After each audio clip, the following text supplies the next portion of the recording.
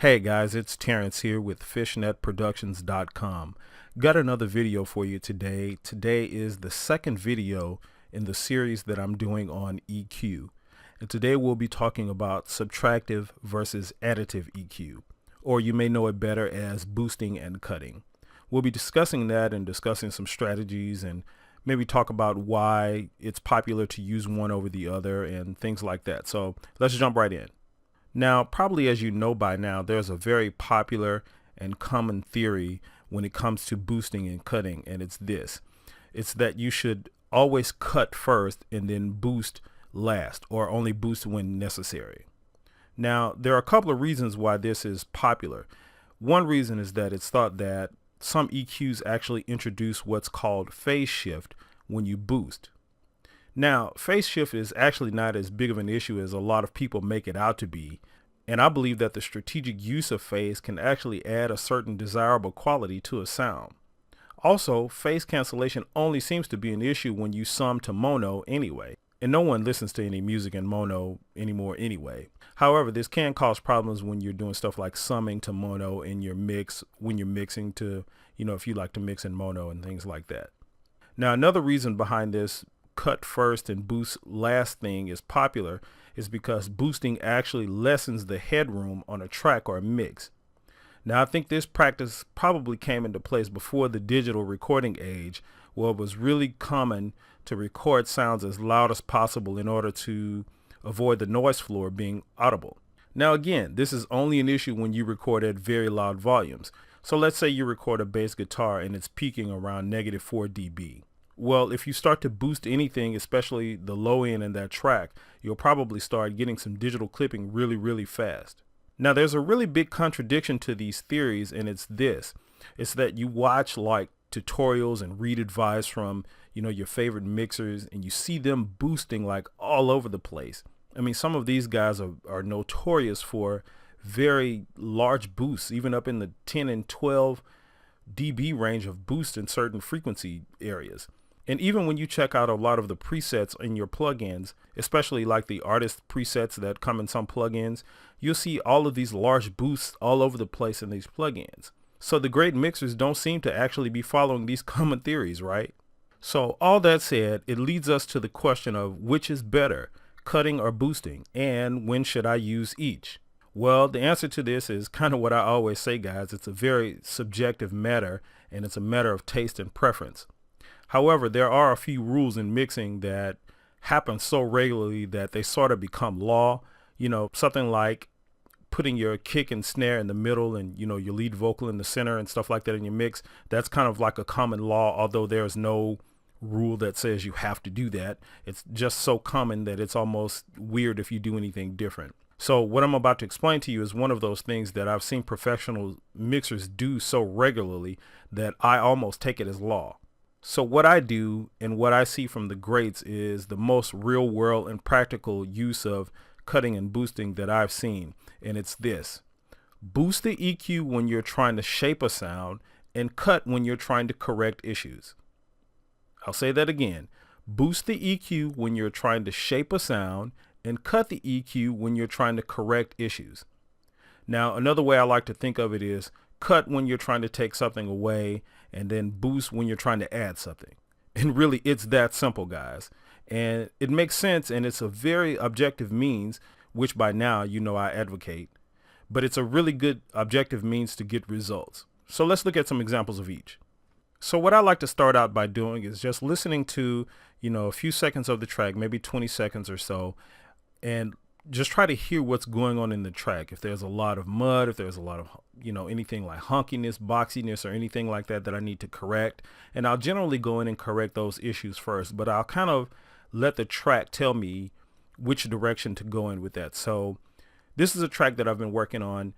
Just take a listen to it. I'll play about 20 seconds or so of it, and we can just go from there and we can see what the track is doing. So check it out.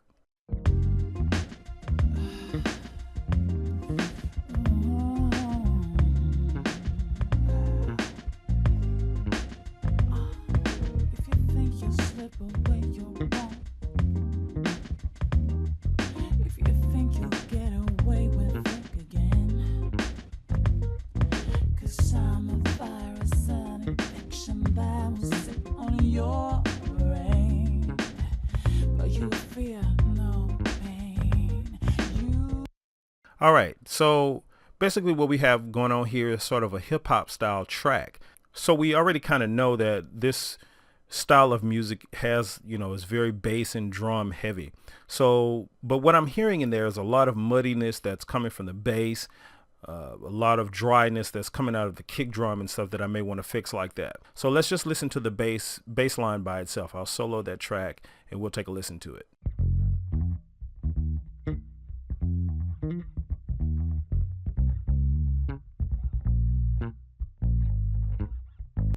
All right, you see it's kind of boomy and it's kind of muddy down there in that low mid range. So what we'll do is try to take a little bit of that out. Now, generally speaking, for a track like this, I'll probably try to leave as much of that in as I can because I know that contributes to the low end of a hip hop track.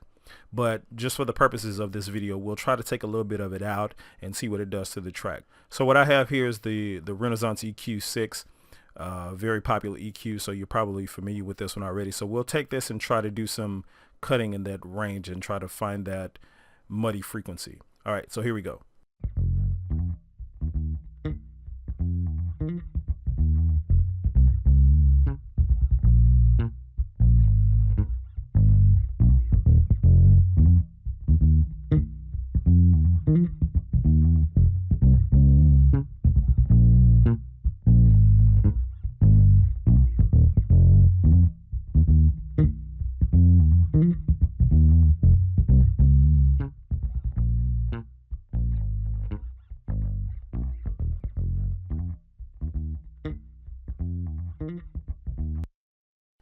Okay, so that muddy frequency that I'm hearing is around 125, 124 hertz.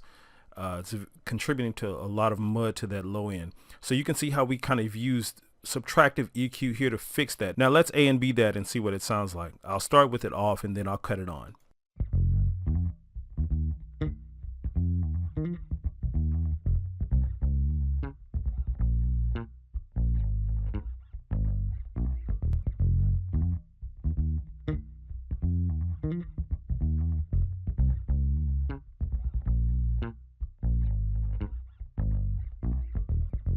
So you can see how just subtracting just a few dB, 4 dB here, 4.5 dB from this frequency, clean up that bass really, really well. So this is just an example of using subtractive EQ to correct an issue that we're trying to do. So we're not trying to add anything to the bass right now. We're just correcting something. So that's a perfect example and a perfect reason to use subtractive EQ. Now you wouldn't necessarily go and boost around this particular area here and try to do it this way. Let me put this back up. So you wouldn't necessarily go boost here and then boost here to try to, create this dip to try to fix an issue right here. It would give you a completely different result. So the better way is to just go in and, use a narrow EQ or narrow bandwidth to kind of fix the issues that you don't like about the track. Now, some things that you could typically cut out in a track are things like muddiness and boxiness, hunkiness, and sibilance in a vocal. Those are really, really good examples of using subtractive EQ, or a reason to use subtractive EQ. All right, so now let's look at some reasons to boost. Let me go ahead and reset this EQ. All right, so now let's say if we wanted to do something different with this bass and we wanted to give it a little bit more low end, a little bit more punch. That's really typical with hip hop tracks. So it already has a lot in it. Listen to it in the mix again without any EQ on it at all.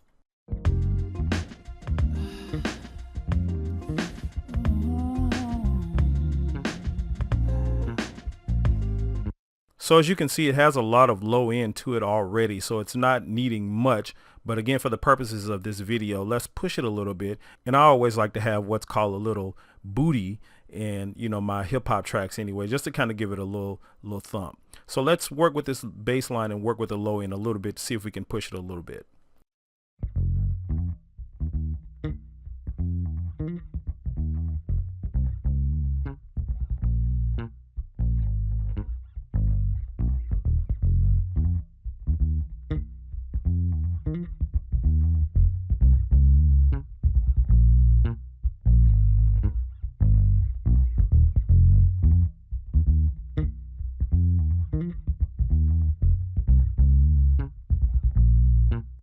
Okay, now the bass is a little boomy there and it's a little dry, so I'm also going to add a little top end to it just to give it a little definition. So here we go.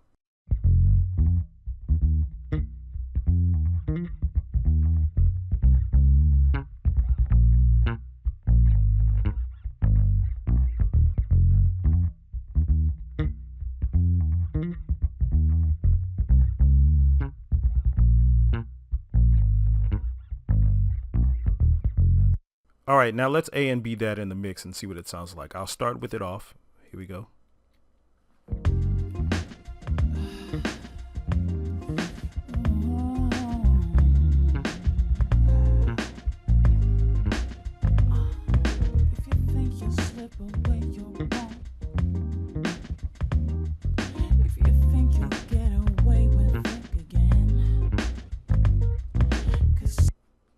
Huge difference, right?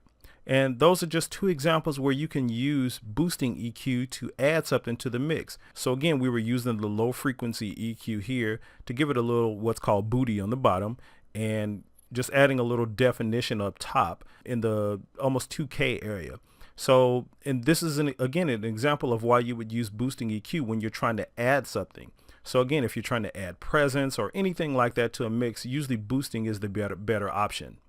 All right, guys, next I want to leave you with a little trick that I use, and that's very common and very popular, though I don't think too many people know about it. And it's what's called the Pultec trick. Now, I'll show it to you here. Let me get this EQ out of here and then pull up the Pultec. Now, this is the Pultec EQ from Waves. Again, this is a very, very good EQ, one of my favorites. But the secret behind this plugin and the Pultec EQs in general are these two knobs right here. And the same two over here, where they allow you to boost and cut the same frequency. That's right, you boost and cut the exact same frequency that you set here. So check this out. What it does is gives you this weird sort of curve in your EQ that gives you this low end at the same time, and not introducing, or at the same time kind of taking away the mud that you usually introduce when you boost low end EQ. So I'll give you an example of this here. I have it on the kick drum, and you can just kind of see what this is going to do. Now, let me solo this kick drum so you can hear it by itself. Now, this is what the kick drum is doing.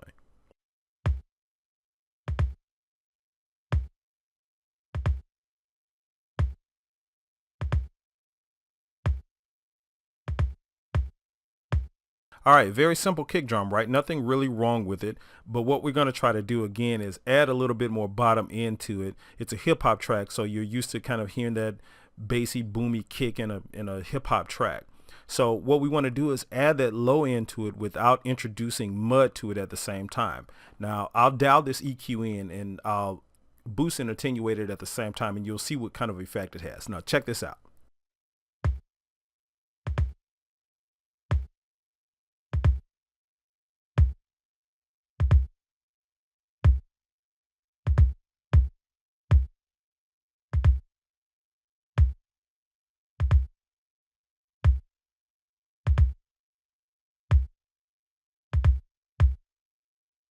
All right, guys, that's a really, really cool effect. You got that low end on the bottom there, and you don't have the mud that's usually introduced by, boosting this low end. So you can take that mud out here.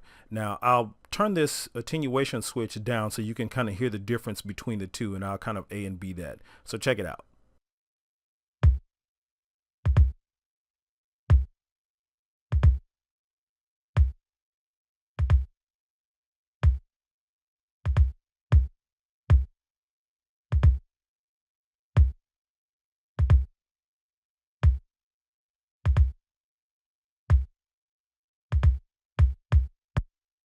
Really cool, huh? Now, I must say that this trick is pretty peculiar to this particular EQ, but it can be done with any EQ that you can set. The Renaissance EQ that I just used is capable of doing it at the same time. Just set two of the frequency spectrum knobs at the same frequency and boost and cut each one. Now, again, though, it's very popular with this particular plugin and this particular hardware, so I'm not sure if the effects would be the same, because most of the time when I use it, I'm using this particular EQ. But again, it's a really, really cool effect. All right, so guys, let's check that out in the context of the mix and see what it sounds like.